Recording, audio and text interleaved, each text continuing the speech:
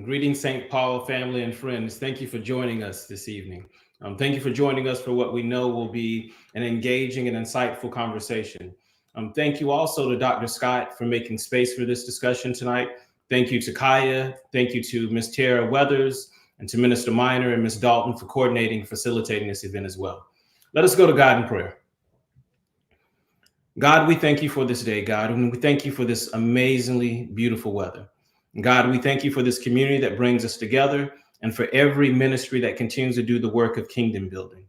God, we thank you for this month to celebrate women, but God, we ask that you would keep us mindful that we continue to celebrate them 365 days a year.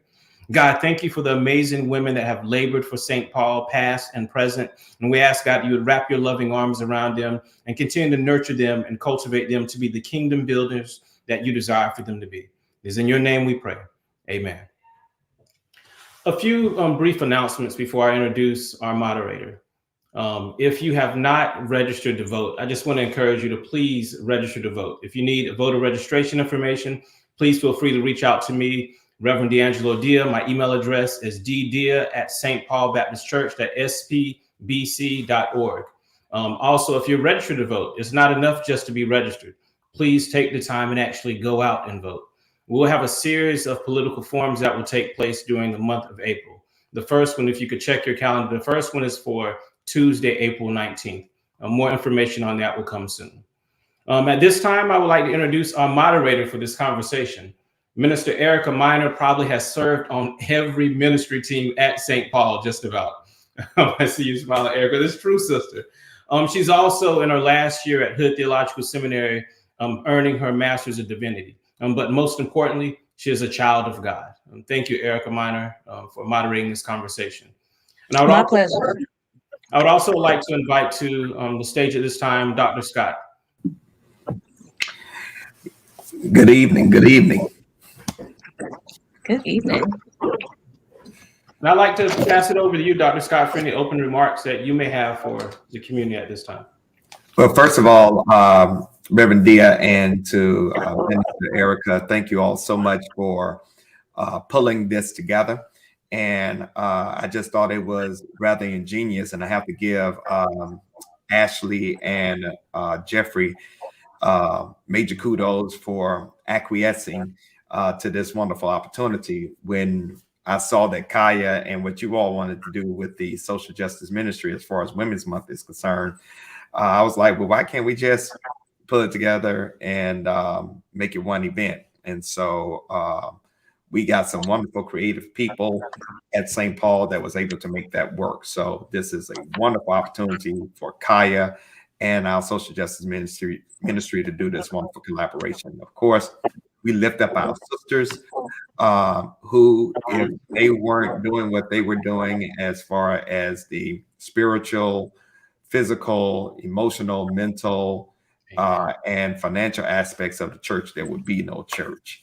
And so I am more than grateful to our sister, and I'm so glad that we try to do all that we can to be egalitarians at the St. Paul Church. So looking forward to this wonderful conversation that our sisters will be having on this evening, and I'm excited to see what they're going to share.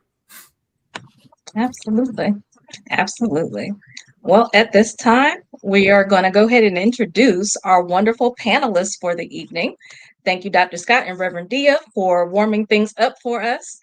For those of you who have joined us, if you have questions, comments, feel free to engage with us and put those in the chat throughout our conversation this evening. Our first panelist that I would like to introduce to you is Dr. Sherell Fuller. Many of you know her. She is a graduate of both George Mason University and University of Virginia. She has her PhD in education, and she has served in that field for over 25 years. She is also a proud member of Alpha Kappa Alpha sorority, and she has been a blessing to St. Paul for over 16 years now in our music, youth, and Christian education ministries. Welcome, Dr. Fuller. Thank you for being part of our panel discussion this evening. Also part of our panel will be Sister Lisa Murray. She is a proud graduate of Benedict College of Columbia, South Carolina. Elisa has enjoyed a 20-year career in the healthcare administration and financial management industry. Her passion is in the work of missions. She is active in the Woman Baptist Home and Foreign Convention of North Carolina, and she currently holds the office of third vice president for Mecklenburg County Missionary Union. She is also a disciple of St. Paul Baptist Church, and she is a newly elected member of our board of directors. Welcome, Sister Lisa. Thank you for joining our panel. Next, we have Sister Ashley Jones-Rozier. She is a graduate of South Carolina State University. We got some wonderful South Carolina women part of the panel tonight. She is a specialist in the field of speech therapy. She is a proud member of Delta Sigma Theta Incorporated, and she is a faithful disciple to St. Paul also. She is the co-lead for not only CAYA, but our young adult ministry, and she also is a member of our St. Paul Board of Directors as well. Thank you, Ashley, for joining us. But last but not least is our very own First Lady, Pier Scott. She is joining our panel. And as we all know, not only is she the loving helpmate to our pastor, she is also the co-lead of the Women of Worth Ministry and a proud member of Delta Sigma Theta as well. Thank you, ladies, for joining us. Without further delay, we want to go ahead and jump into our wonderful questions and let the members of St. Paul and those friends who are joining us this evening, we want them to get to hear your insight, your voices, and your opinions on our topics tonight. So if your mics are muted, feel free to go ahead and unmute and jump in. And our first question will be, what woman in history has inspired or challenged your understanding of what it means to be a woman? And for those of you on the panel tonight, I will just make that specific, what it means to be a Black woman even. Please share with us. Give us an example. I know for me, I feel like I can't pinpoint like one specific woman. I feel like I've been blessed and fortunate enough to have, between my mother, my grandmothers, my aunties, just women that I have just come across, from the time that I can remember till today, that, through mentorship and just everybody, all the women that I have encountered, they've all shown me different things. They all show me, what it looks like to be a mom, what it looks like to be a mom who's working a full-time job, who is working in church and doing different extracurricular activities, what it means to be an entrepreneur. I mean, all these, what it looks like to be feminine, but what it's also time to be, a little bit more sassy. So I just feel like I've gotten so much from so many different women. I can't really pinpoint it, but all women inspire me. I feel like everyone, even the women at church, like you guys probably don't even know it, but I take little pieces from you guys and say, "Ooh, I like that. I want to be like that." And that's just, to me, that's what inspires me. Awesome. I love that. And you talked about how different generations have inspired you. I love that. Who else has a thought or would like to share on this question? I'll co-sign with Ashley on that. When you asked the question, you said in history, and, immediately I started thinking, historical figures. And then I began to think about a lesson that my mom gave me years ago. I used to, have these people when I was a little girl I would idolize, and then I would be so disappointed when, and these are celebrities and things like that. And then my heart would be broken when I would hear something about them. And so my mom gave me a lesson early on to be careful of who you idolize. And so I learned early on to really focus in on the people who are around me. And as cliche as it might sound, I would most definitely say my mom is the person, just the strength. And this may sound kind of crazy, but I don't have any children. And part of the reason I think is that I don't know if I ever could have lived up to what my mom was to me. And I've often thought about, I was like, I don't know if I can sacrifice like she has done. So the example, the strength and the character and things like that. So I am thankful that I did not have to go outside of my house. Even though I have been, she always made sure I was surrounded by strong women from all generations. I could have stayed in my house all the time and have gotten the impact that I needed there. And I know what a blessing that is. Well said. Well said. Thank you for that. Lady Pier or Miss Lisa, go ahead. Yes. I'll jump in. And I think that I can certainly be on the bandwagon in terms of singing the praises of moms, and mine is still alive and well. And I am just so grateful every day. I thank God for that, because I know so many people that don't have their moms with them. But I thought about this question in terms of inspirational women, other inspirational women, and the woman from history that, and there's so many, but one that I wanted to mention tonight is Fannie Lou Hamer. And one of the reasons why I just love her is because she was a politician, an activist. She did so many things. She worked with SNCC. She was a founder of the Mississippi Freedom Democratic Party.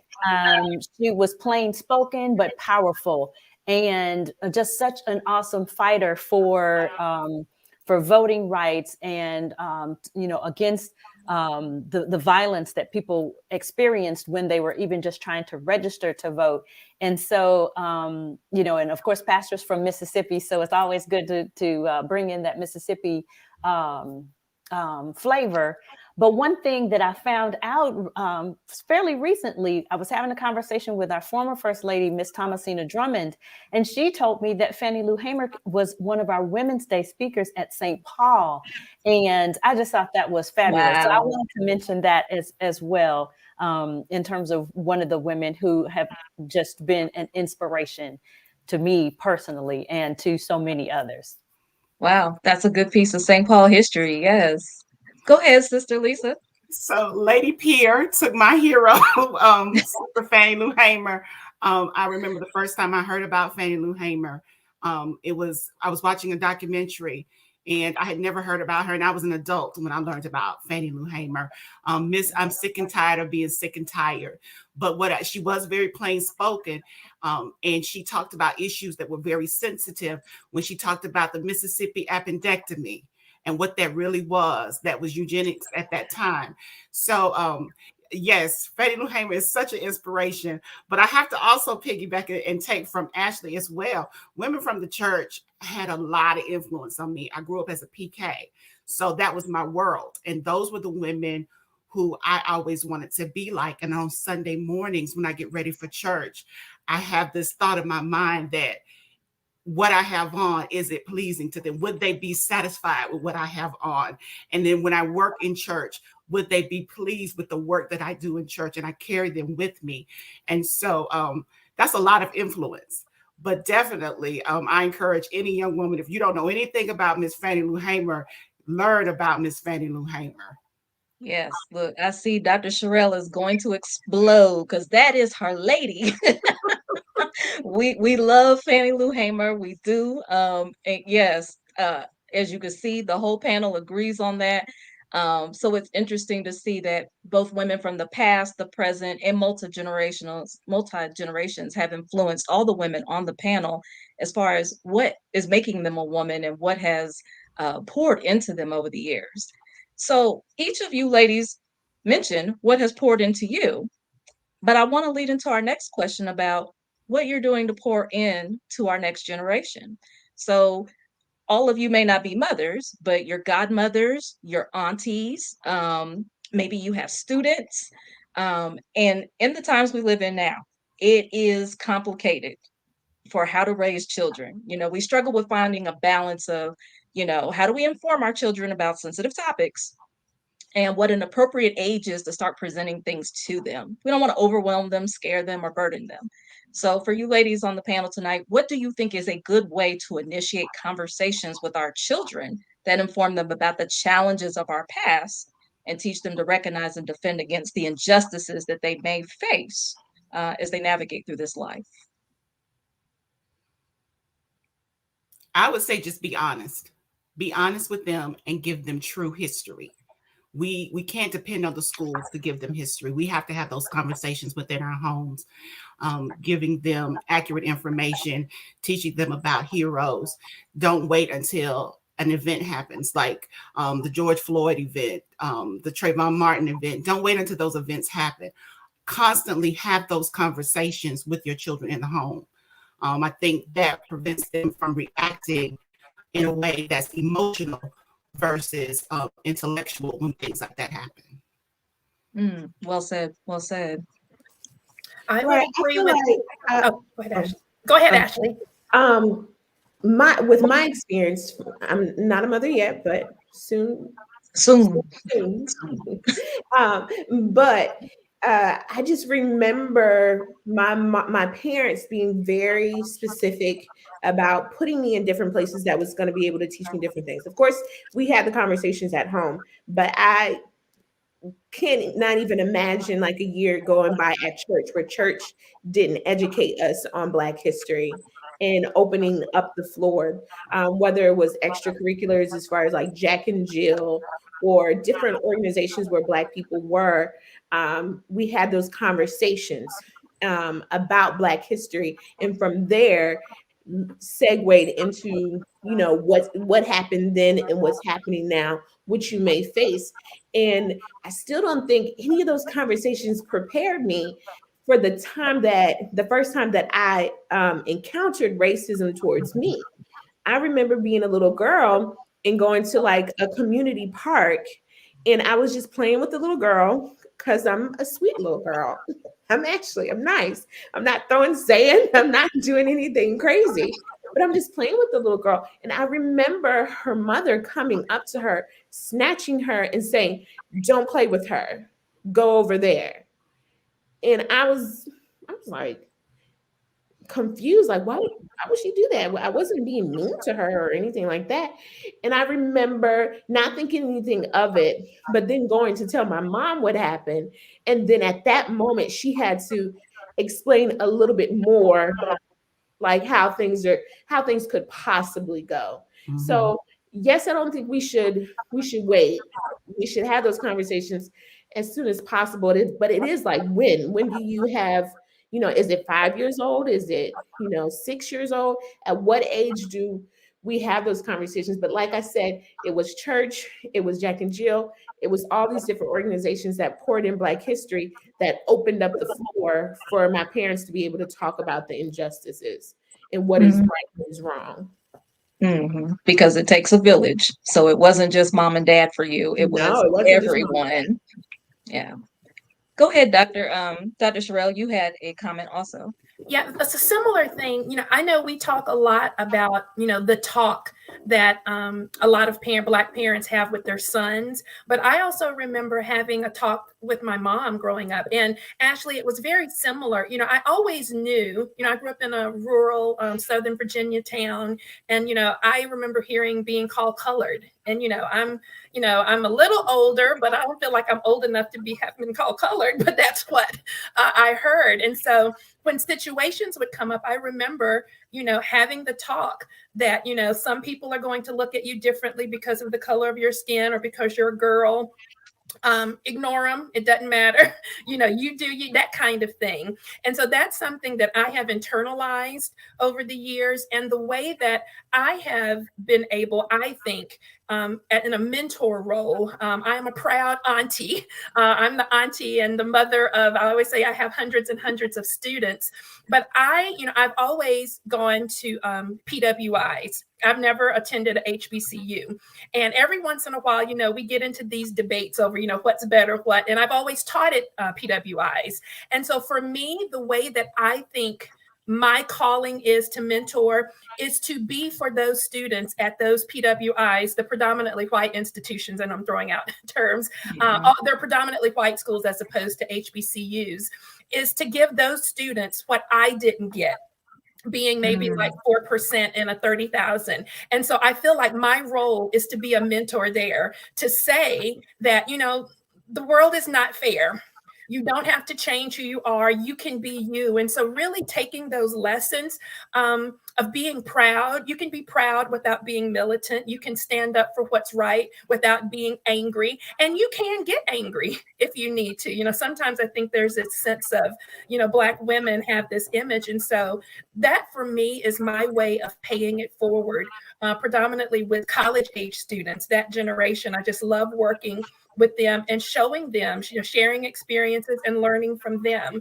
And all of that comes, I think, from the talk that I had. And like Ashley said, no talk will ever prepare you for that first time someone says something out of the pocket to you, but at least you have something to fall back on, and you know that there is a community of people you can turn to. And that's what I seek to be for others, to let them know that this is a safe place to fall. Well said. Yes, thank you. Lady Pier, go ahead. I see you unmute. Yeah, thank you. I agree with everything that Dr. Fuller said. I think that it's so important for us to, first of all, give our children a firm foundation so that they understand their value and their worth before anything happens. So, like she said, nothing is going to prepare them fully for it. But what will be helpful is if they already know that they have it going on, that they already know that they are valuable and that they are worthy. And so if an incident does happen, we just have to face it head on and help to equip our children to really handle it with grace, but with boldness, and giving them agency. And like I said, a sense of their own self-worth. I think the other key is to really listen to the child and really hear what their tender hearts are experiencing, because we don't want to get too far ahead of them and give them too much, but we also want them to be prepared. So if we can listen to them and hear what it is that they're saying, how did they experience this? What did they feel like? And then try to help them work through that. And then I think, there's a lot of conversation right now about what should we teach and how should we teach it and whose truth is right. And I think we have always tried to instill that sense of pride and giving our children a sense of history and a place in history. And there's some hard truths that we have to tackle, but we also have to make sure that we're highlighting just the joy, the irrepressible joy, the resistance, the resilience, and how our ancestors were able to overcome just insurmountable obstacles. They did so much with so little. And then we can let them know that the God that sustained our ancestors through all of that is the same God that could keep them through whatever they might be facing. Yes, yes. So each of you touched on something really interesting that leads us into a question I wasn't going to go to next, but each of you mentioned briefly about a hurt that you remember. You mentioned, like, I remember the first time someone called me colored. I remember the first time someone said, you can't play with her because of the color of her skin or because of the side of town she lived on. We all have those hurts. And so the women of our past, we talk about our ancestors had to overcome a lot of things, whether it was racism, sexism, colorism. They had a lot of obstacles to break through. But each of us tonight have also had to overcome hurts, whether they're past or present. So how are you overcoming those and allowing yourself to keep working and striving for a better future for not only yourself, but the generation that you're raising or the generation that's coming after you?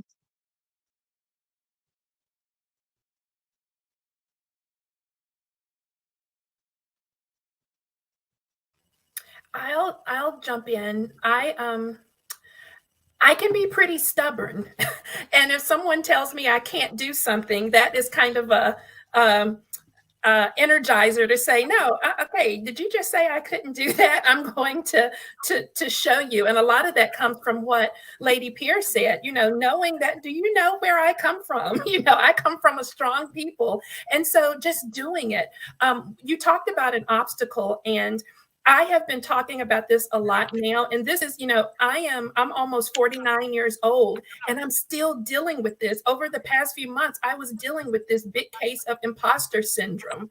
Do I really belong here? And I remember, thinking about that when I was in grad school, or, I didn't belong. And I was like, why am I still dealing with this now? I've accomplished some things by the grace of God, but if there's something in there, and I know how the devil works, and I know how, seeing other things, comparison is the thief of joy.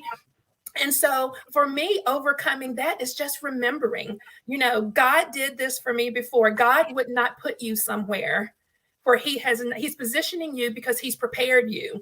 You know, he has given you the ability to do this, and he's going to help you do it. So sometimes you just have to, I don't know if y'all do this, but have a good little talking to yourself. Everything comes back to music for me. So a favorite song is sometimes you have to encourage yourself. Yes. And so that has been, that obstacle. And I think it's important to tell young women that this is an ever running journey. This is not something that once I learn, I get it. Oh, I'm good now. You get better at dealing with things, but some of these things can continue to creep into your life. And it's knowing how to move past, knowing that the God you serve can get you through this, and using your friends. Make sure you have a good supportive group of family and friends that you can go to remind you, to call you on your stuff when you need it, but also remind you, you got this, you deserve to be here, go walk in that. And so I think it's important to remember that, and to remember that it's an evolution. Like we go up, sometimes we're better than others, but we can always bounce back from it. Yeah. Well said. Well said. Right. I definitely feel like this is a good question, because I always think about, with sexism and racism, going to work, and I just remember like that first job after grad school, after school, and you're now walking into this place, and more than likely you're probably the only Black person. For me, in the speech therapy world, all the therapists were white or men. Some of them were white women, but I just remember, all of a sudden the weight of all Black women was now on my shoulders. Like I walked into work with, I am representing all the Black women in America. And I was just like, but I'm ready for this. And I always joke, I'm from Orangeburg, South Carolina, from the blackest town in South Carolina. And we have been pumped up since elementary school about all the different things that Black women have accomplished, Black people have accomplished. All my teachers were Black. They all went to Claflin or South Carolina State with master's degrees in education. So it was like they pumped us up. They were our battery packs. And so all I had to do was just remember.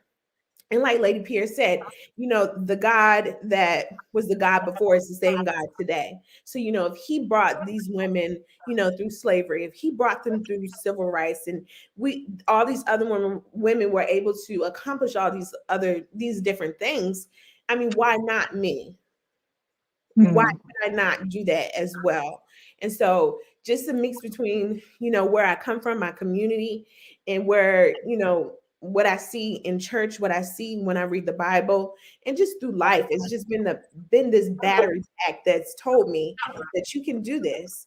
And I don't know. It's very interesting because, you got some women that work and they try to get all nervous and be like, oh, they're going to cut some jobs, and they're going to do this and they're going to do that. And I'm just over there like, at the first glance, I'm like, they're cutting jobs. But then the next thing I'm like, but God got me. Y'all can stress out about that all you want. But I know he got me this job. He got me to this position, and he's not going to leave me now. Why would I think that? And so to me, that has been my way of getting through obstacles, whether, sexism, racism, all the different things that may happen. Okay. It makes the hurts a little easier to deal with, knowing who you serve. Right. Go ahead, Sister Lisa. I see you unmuted. I have to agree with what Sister Ashley said. Being from South Carolina as well, I'm from a different part of the state of South Carolina than Sister Ashley is. I'm from the upstate. She's from the low country. But there is a different sense of pride in that part of the state. I have to give it to them. So she was 100% accurate in that description. I think one of the ways to overcome the isms as a woman is to be positive. And it's funny because positivity can be infectious. Because if you're positive about yourself, you start pouring into people. in positive ways. You have conversations with coworkers, with people in your circle, or just strangers. I've had it with strangers, where you bump into somebody in the grocery store, a conversation starts up and they say something about something they want to do, and I find myself encouraging them to do that. So if you can be positive about yourself, you certainly can let that ooze out onto other people. And I think if you remain positive, that fights the negativity a lot. And then it's about being confident within yourself. When you love yourself, then you really don't have time for being negative, and you want other people to feel about themselves the same way you feel about yourself. So I think the best way to fight the isms that we face as women is to just be positive. And make it to the point that you want people around you to be positive. Give compliments. It's okay to give a compliment to someone. My sister does this thing with little girls. If we're out somewhere and we bump into a friend with a daughter, my sister will not say, "Oh, you're cute." My sister will say, "I bet you're smart." And I asked my sister once, "Why do you do that?" She says, "Girls are always taught to be pretty, but they're never taught to be smart." So just be positive and encourage people as you go. I like what you said, and there's an additional part to that. It was the intentionality in what you speak into yourself and what you speak into others when you're encouraging. It's one thing to be positive, but what verbiage are you using, and are you intentional about what you say? Yeah, that's good. Lady Pier, did you want to chime in on this one also, or did you want to hold on for the next one? Well, I can always chime in, or I can Please hold my do. tongue. Please do. I also want to be mindful of, my share of the pie, and I don't want it to be too large. But one of the things that you did mention was whether or not we are, how do we deal with the slights of the past? And I think a lot of times, we grow older and we grow up, but we maybe haven't dealt with some of the things or issues, maybe, in my family, there was a serious issue with colorism. Your hair was too nappy and you were too dark. Even the lightest ones was always too dark. And it was just like, what is that? And it's unfortunate that we are still working through that. And even in this contemporary context, I would hope that we would have gotten over that. But I think one of the things that helped me through that was really to tell your younger self that she was perfect just the way that she was, that God made her in his image, and we can reassure ourselves and tell our girls, and I'm definitely going to use what Lisa's sister does, but we have to tell our young girls that, that they're made in God's image. They're fearfully and wonderfully made, and that, we're not going to deal with those ghosts of the past that told us that we weren't whatever enough, because Dr. Fuller mentioned this in terms of having that imposter syndrome. And I always try to remind myself, I'm sure that white men have an imposter syndrome too, but they just don't tell anybody about it. When they walk in, if they don't know, they either go to someone who does or they figure it out. And that's what we have to do. Nobody goes into a job knowing everything it is about it or how to do it. So we have to know our worth and just know that anytime we enter a room, we deserve to be there. You deserve to be there. You not only be there, but you deserve to be heard, and you deserve to bring all of yourself to that situation. So don't shrink, don't stifle yourself, don't settle, know your worth. Yes, I am so glad that you chose to unmute and share and use your time.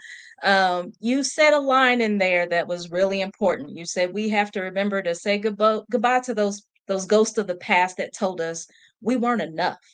But sometimes as women, what we struggle with is people telling us that we're too much of something, that we are too assertive, that we are too vocal, that we are too whatever fill in the blank it is that someone told you were too much of. And sometimes that's the ghost that haunts you and turns you into the imposter. And that is why we have to be intentional with how we uplift ourselves and how we encourage one another as well.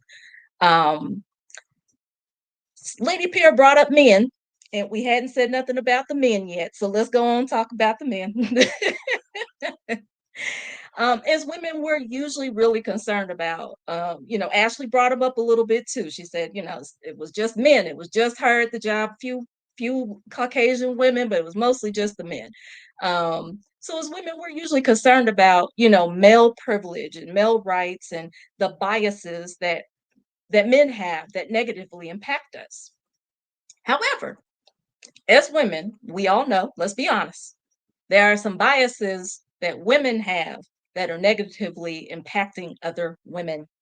So what are some biases that women need to acknowledge and break?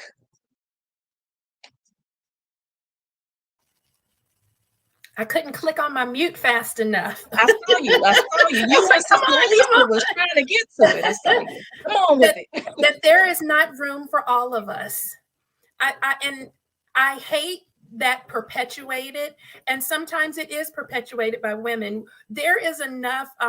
Lady Pier, you use the analogy of the pie. There is enough of the pie for all of us. There's this sense that women can't work together, or you can't, if women have a disagreement, oh, they're getting ready to, there is room for all of us, and we can lift each other up. Like me saying that and I'm not trying to make everything physical, but sometimes we don't even want to give another woman a compliment. So, me telling you you're beautiful doesn't degrade me. Me telling you you can do it, me supporting your business, I think it's so frustrating because it's something that I saw younger and I'm still seeing. And it was like, oh, why are we still dealing with this? We can work together. I do it all the time. We can have a disagreement and not have people wait for a cat fight to break out. So I wish that's one thing that I wish we could just, if I had a magic wand, I would wave it and just say, there is enough room for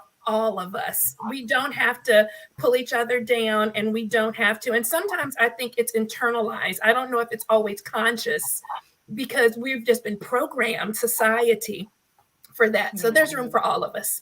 Mm-hmm. Okay. I know all of you have something to say on this one. Come on. She took the words right out of my mouth. Like I know some of the younger generation, we like to say, we all gonna eat. We all gonna eat. And so I think so often, and I think society and culture and the workplace, they know they'll try to pit us, against each other.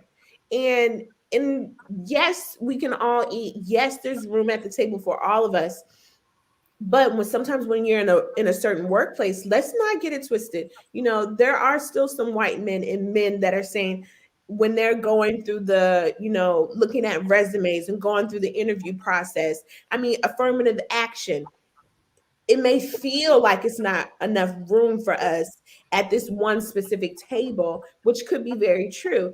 But there's other tables. There's bigger tables, there's smaller tables. There's a table in another room. There's a table, somewhere else that you can sit at. And then, if I get at this table, which I feel like a lot of people do, I get to the table and then I don't want to pull nobody up. I don't want to pull anybody up with me. And that's just, the thing that we should absolutely not do. In the position that I'm in as a speech therapist, running my own company, I'm constantly looking for other speech therapists that I can put on. I can help them get a contract with another school.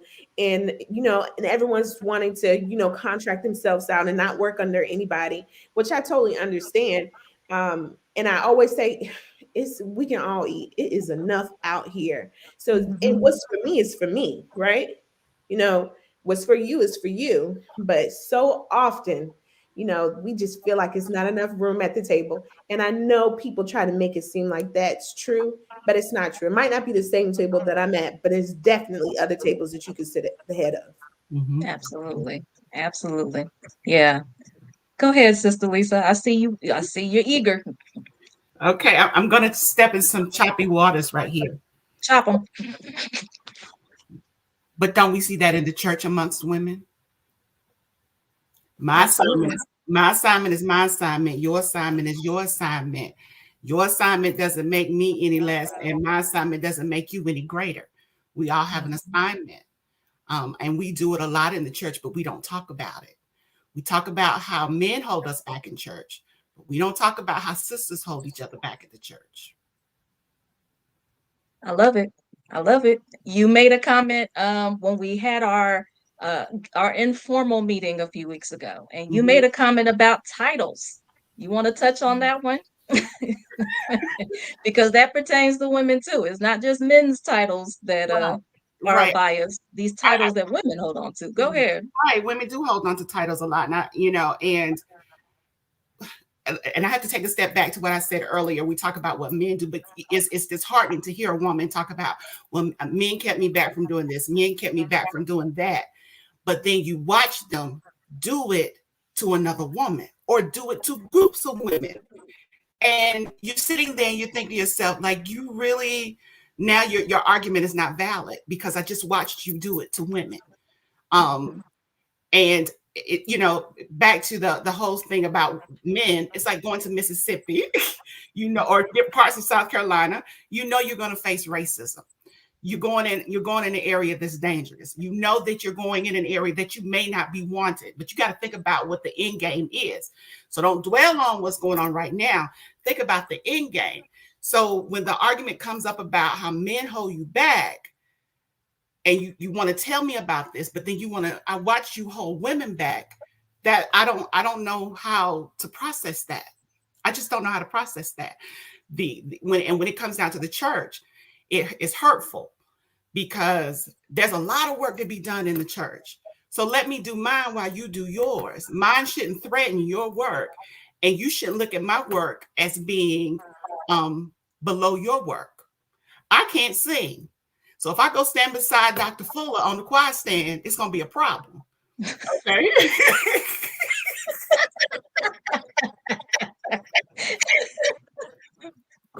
I know my role, right?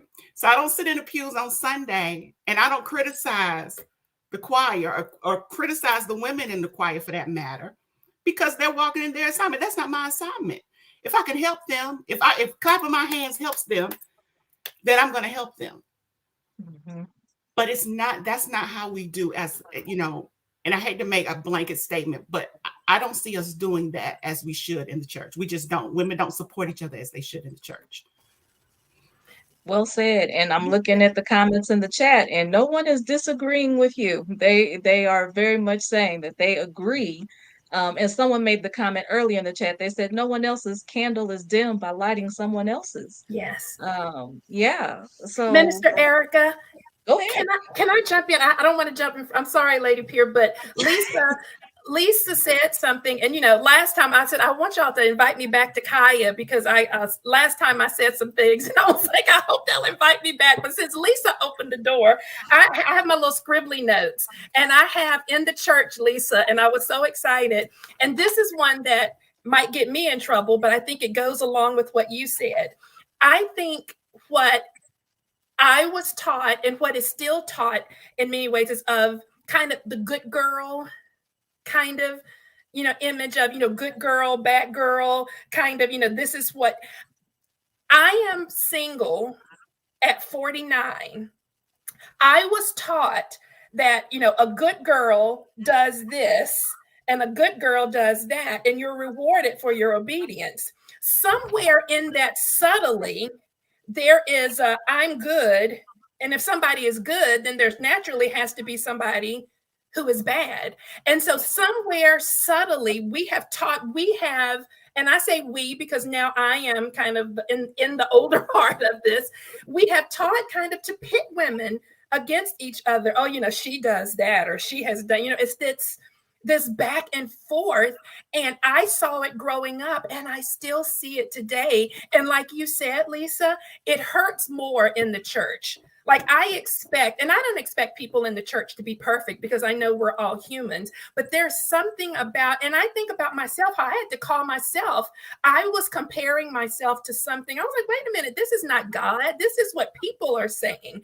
And so just the whole concept of you're good, then who is bad? Then what makes you bad? Like, is this worse than this? Or if you get caught, is this, you know, that was always the thing, you know, the person who winds up pregnant and not married is bad, but those things have been really big in the church and I've been in the church my whole life, and I've seen it my whole life. And it's one of those things that pains me. And I feel like it still contributes. We have the societal thing where women get pitted against each other. But like you said, Lisa, I think it's still very prevalent in the church. And I'm trying to do my part in reading some things and trying to deconstruct some of the things that I was taught so that I can get that out. Well, why are they doing that? That internal, even if it's subconscious. Yes. So thank you for bringing that up, because that was something that was on my spirit. And I was like, we really have to do better with that, because sometimes that's a subtle thing that pits us against each other. And sometimes we don't even realize it. It took me into my adulthood to realize, wait a minute, I've been a part of this and didn't even realize. And it's a part of the reason that I was dealing with some depression with that. I was like, wait a minute, that's an unrealistic expectation. And that's not God. Absolutely. That's a human. So hopefully y'all will still invite me back again.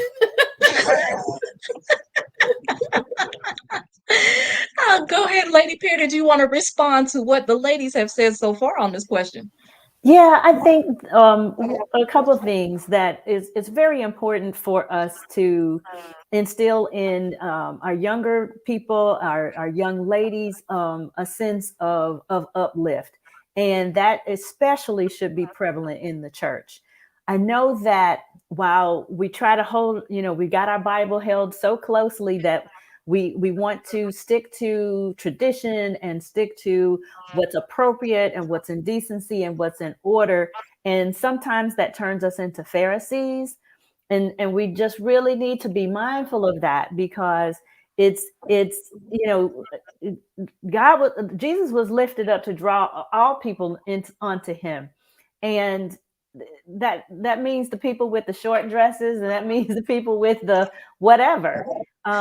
What our job is to emulate and show them Christ, so that when they walk in, they feel so accepted and so loved and so and can understand that, oh, that's what Christ is about. That's what this sisterhood, that's what being a Christian is about. And in that way, if we're doing enough of that, if we are examining our own lives and making sure that we are showing up and showing others what Christ is like, then hopefully we'll have a little less time to be concerned about, what someone is wearing or how, their hair is looking or whatever. So we can stop being so super critical of one another. No, very well said. And it's interesting. I didn't think that this question would take you all back to church so quickly, but it did. And it's interesting how your upbringing and what the church poured into you over the years, how as much as it can uplift and encourage you, can also kind of scar you in some ways through life, and you become part of the hurt done to other people because you buy in. You buy in on if I don't wear white pantyhose on first Sunday, then I'm bad.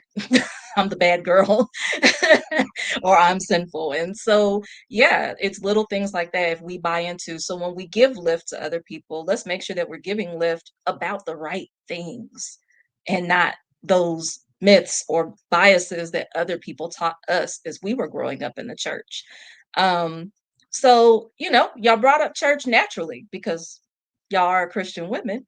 So you said some wonderful things about the church, and you also slapped the hands of some women that said the church is holding them back. In general, do you feel that the church has hindered or elevated the progression of Black women? And I know that's a general question, but for your lived experiences and what you know, do you feel the church has hindered or elevated progression of Black women? I'll be brief. It's gotten better. It's gotten better. Okay.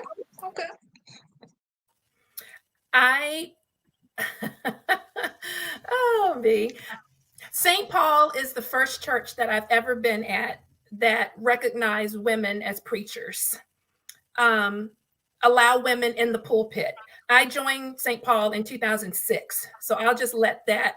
And the places that I'm thinking of still have issues with women. I never said a prayer in church out loud until I left my home church. So I still think there are pockets. I am thankful to be at St. Paul, where there, as Lisa was saying, I can see things and I can go visit other places getting better. But I think, unfortunately, we still have some places that are stuck in those roles of women that are very patriarchal and not. It gives me hope because I see, if I hadn't been at St. Paul, I would still be very negative. I was like, because I wouldn't have seen that there is another way. And so being introduced to men who also, and I'm not saying that, women have to be validated by men, but to understand that men understand the role of women as not just a subjugated role is important. So I think it's getting better, but there are still a lot of pockets that are working in ignorance, really just the not knowing. And some of that is, Lady Pier, you mentioned that stuck in tradition of the way, not really, misinterpretation of the Bible, still, holding King James here and not doing any deep dives or anything. So we're getting better in some pockets, but there's still work to do in others. Yeah, well said. All right. Anyone else want to chime in on this one? Or you want to hold out for the next question? Uh-oh, come on, Ashley. So my experience, I'm a bit younger, but my experience with the church in South Carolina and St. Paul has been good. I've always seen women in the pulpit. My pastor would make sure that kids was in the pulpit. If it was, Kids Sunday, we were in the pulpit saying the prayer or, doing different things. So my experience has been different. And I recognize that it's not everyone's experience because I've definitely heard stories. But like Dr. Fuller said, I'm grateful that I'm at St. Paul, where I have definitely seen women in the pulpit.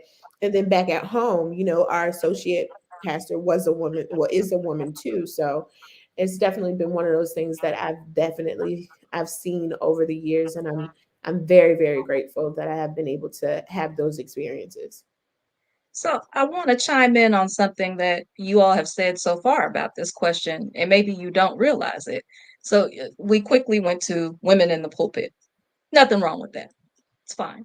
But we have a board of directors at our church, and we have 2 Black women on our board of directors, at least two on this panel right now that are on a board of directors.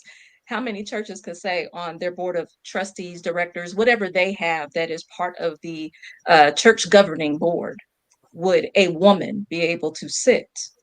And not only one woman, but a woman that is considered a young adult. That is groundbreaking for some churches. That would be mind-blowing for some people to know. So it's not just what's in the pulpit, it is where else does a Black woman get a voice in a church?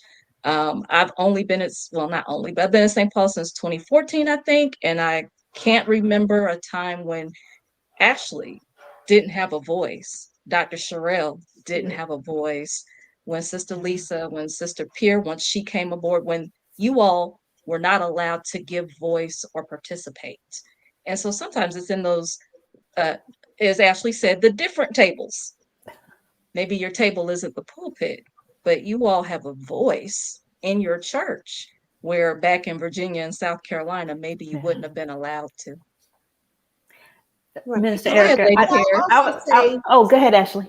I also say, if you're not getting that at church, I was very intentional about when I moved to Charlotte about the church that I wanted to belong to.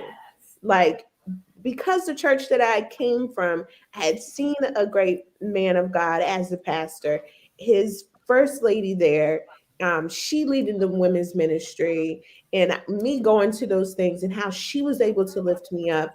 Also witnessing, the associate pastor and, young adults. So when I came to Charlotte, I was super intentional about finding something similar.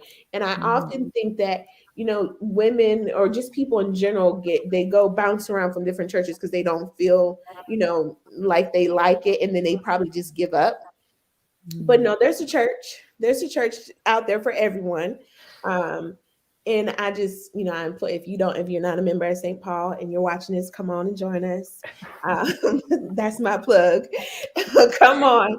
But at the same time, I challenge you guys, I challenge people out there to look for the things that you feel like are important for you to, you know, grow your faith and to feel comfortable where you have the voice. You know, some places you may go and you don't feel comfortable with the voice, but I know from my experiences, I was comfortable because I saw the women, you know, talking, and I saw the women ministering, I saw the women working, and I was like, okay, this is a place where I can go, and this is a place where I can tap this woman on the shoulder. How do I get involved? What do I do? Mhm. And for me, it was that. So be intentional. Well said. Lady Pier, final word on this one. Yeah, I just wanted to say that not only do we have women on our board of directors, we've also have women as in leadership in terms of our chair. We also have women deacons, and our chair of deacons is a woman. Even our predecessor had women in the pulpit as well, and you know, so like you said, Minister Erica, is not just in the pulpit, but it's also in positions of leadership throughout the church, whether it's on our ministerial team, on our staff. And as Pastor often says, you know, he wouldn't want to be in a church that didn't have women in it, and not only but women, you know, in the pews, but also in leadership positions, because women just get things done. Yeah. Awesome. Ladies, we are close to being at time. You all have given everyone amazing insight tonight. You've been quite open and forthcoming, and you even stirred up a little controversy at times. I love it. Um, I want to give each of you a chance to have some closing remarks, or maybe a thought of something that we didn't get a chance to address. And so just do a roundtable, and if you have a closing comment that you'd like to give at this time, we will start with Miss Ashley. Oh, okay. Okay. Well, now I wanted to say thanks, Sylvia, telling me I'm doing a good job. Thank you. But it was a question that we didn't get to, so I did want to just touch on that, just because it was a little important to me, and I'll wrap it up nice and pretty. We didn't necessarily talk about, you know, where we're excelling, because we already know that we excel in everywhere we run in this world. Basically, and like Lady said, you know, we know who gets it done. That part, we know that we're the ones getting stuff done. So shout out to all the women out there getting things done. But I also wanted to talk about, you know, where we're excelling, just some points. You know, Black women, um out of all the Black people that are getting masters, getting those postgraduate degrees, 70% of those Black people are women. So we're excelling in the education. So again, that's one of those things where it's like, you know, that's another battery pack for me. You know, I'm getting the Mhm. education. You know, the number one entrepreneurs is are women. So that's another battery pack for me that I can keep it moving. Where I do want us to get better at is healthcare. We got to take better care of ourselves. We've got to, you know, get exercising. We got to get healthy. We got to work on our mental health. We've got to work on all these different things so we can be, you know, so we can continue to mentor other women, you know, and continue to bring other women up. And then also, you know, minister to the other generations, you know, bridging that gap. We didn't get to talk about that, bridging that gap with older generations, because they have their wealth of information, and to, you know, some of the younger generations who are able to get information in a different kind of way that some of the older people are not. But I do want to just talk about, you know, the healthcare. I do want us to take better care of ourselves. We are dying of stuff that we have no business dying from: Mhm. diabetes, hypertension, heart disease, things that we have no business dying from, and we've got to do better. So I challenge you all, challenge you Black women, to get your health together, get it in check. All And I, right. Okay. Dr. Sherell, closing remarks from you.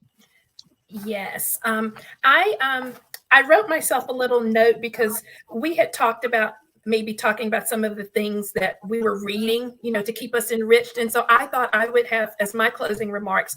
I am the kind of person who will be reading 5 books, open 5 books at the same time and never finish them. I have like 5 going.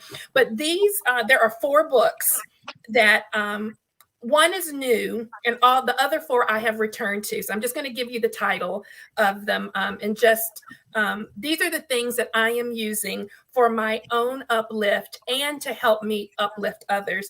This first one is one that I found out about when I was in grad school. I think it came out around 2003. It's called Shifting: The Double Lives of Black Women in America. And it's a whole book about not compromising. It focuses on professional, spiritual, personal, all those things. And so, going through things and, some life changes, I decided to circle back to that one. The Wake Up, this one is more I do a lot of work with social justice and diversity equity. And so this is one, The Wake Up: Closing the Gap Between Good Intentions and Real Change. So moving beyond just wanting to do the right thing to actually doing it. This next one, some of you I know are familiar with because you are on social media, but this is one of my sorors has a book, and she is a millennial, and I'm kind of the older Gen Xer going and reading. It's called Red Lip Theology. And I want to read the tag for it because I think this will tell you why it's just so interesting. Red Lip Theology for church girls who consider tithing to the beauty supply store when Sunday morning isn't enough, by Candace Benbow. So that's the new one I'm reading. And the last one, Go Ahead and Laugh. You all know my journey as a single woman. So I'm revisiting a book someone gave me years ago. If singleness is a gift, what's the return policy? And for those of you that were like, Dr. Sherell, slow down. Ms. Deborah Dalton has put the titles of each of those books in the chat for you, so you can screenshot those or copy paste them real quick before we close out tonight. Thank you for providing your reading list. Yes. Sister Lisa. I will share with you what I shared with my General Baptist State family earlier this month. And it's a quote that says, if God made anything better than a woman, he surely kept it for himself. So sisters, at any moment that you're feeling down, just go look in the mirror and quote that to yourself, and you'll feel better. Brothers who are listening, just know that if God made anything better than a woman, it's not walking around down here on earth. Take care. Lisa, we need an organ background. We need some, some shout music. That part. A tambourine, at least a tambourine on that one. All right, and final closing remarks to Lady Pier, and then we will bring Pastor Scott back to kind of wrap us up. Go ahead, Lady Pier. Yeah, I wanted to share just a few things that I've been reading as well. Of course, we've been working with the 1619 Project. The pastor preached a number of series.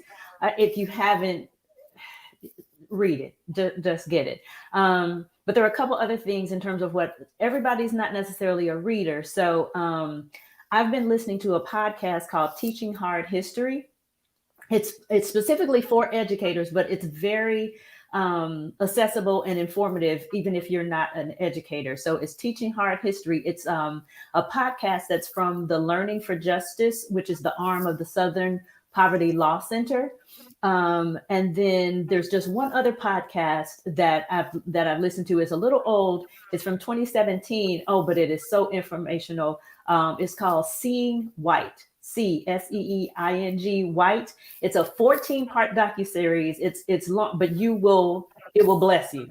It was produced out of Duke, but it is phenomenal. I saw Dr. Fuller shaking her head. So those are two things, two podcasts that I'm listening to that, like I said, everybody's not a reader, or you just don't have time, but you can listen to it while you're, doing your exercise or while you're, cooking dinner or whatever. Those two I would definitely recommend. All right. Yes. Thank you. Thank you, ladies, for an awesome discussion tonight. You have poured into all of us and to each other as well. At this time, we're going to give Dr. Scott a chance to give us closing remarks, and then I will close us out in prayer unless he would like to do so. Well, I'm trying to come up. Can you all hear me? We can hear you and see you, sir.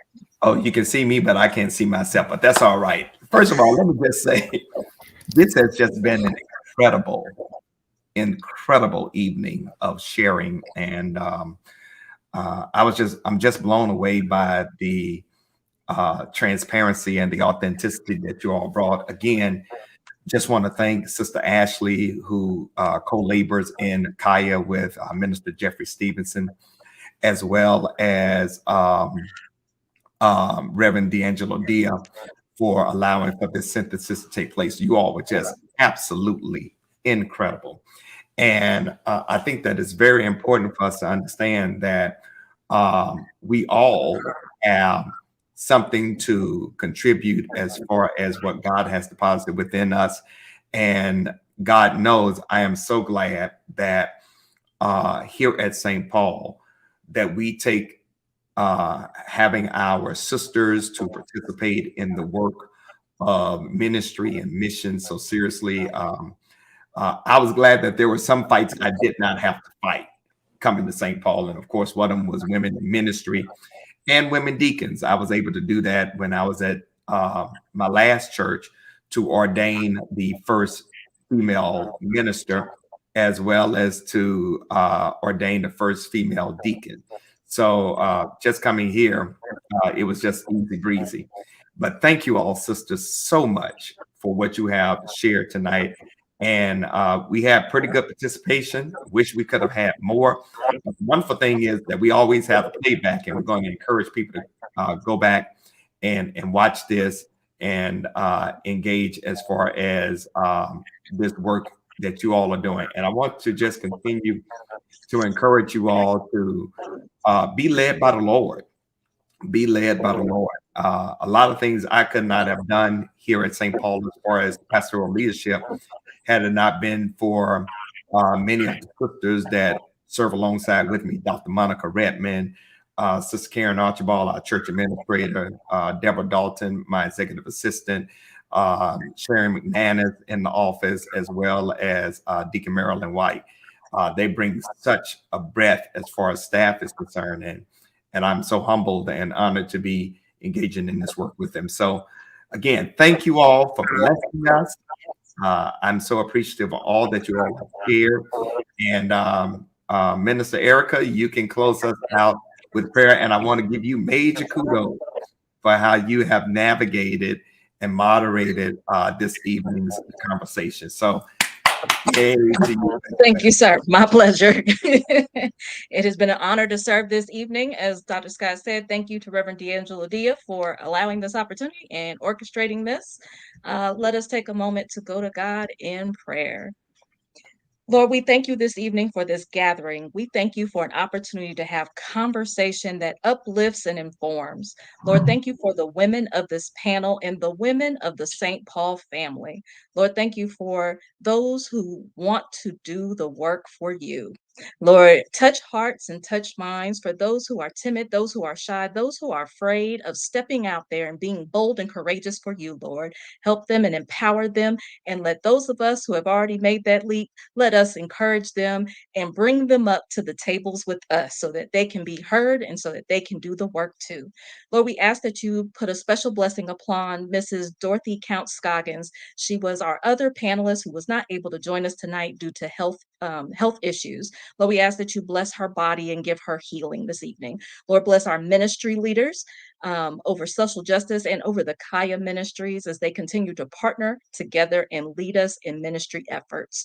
Lord, we thank you for our pastor and his family and the leadership that he gives us.